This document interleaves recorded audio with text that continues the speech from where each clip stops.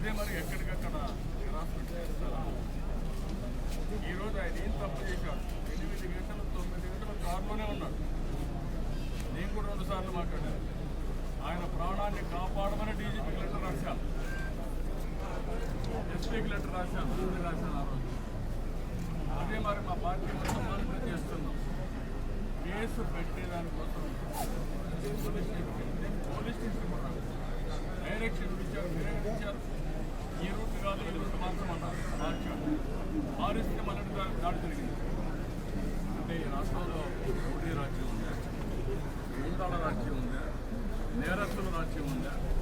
నేరస్తులే ఇష్టానుసారంగా చేయబోతున్నారా? అంటే మీరు బెదిరిస్తే మేము భయపడిపోవాలన్నా? మీరు దాడి చేస్తే మేము పారిపోవాలన్నా?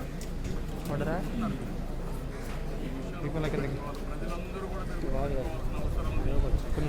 నేను ఎప్పుడో చెప్పాను, 300 పంచాయతీ చేస్తాను. ఈ పెద్ద మనిషిని పరిపాలన చేత కాదు, సంక్షేమం చేయలేడు, రాష్ట్రాన్ని అభివృద్ధి చేయలేడు.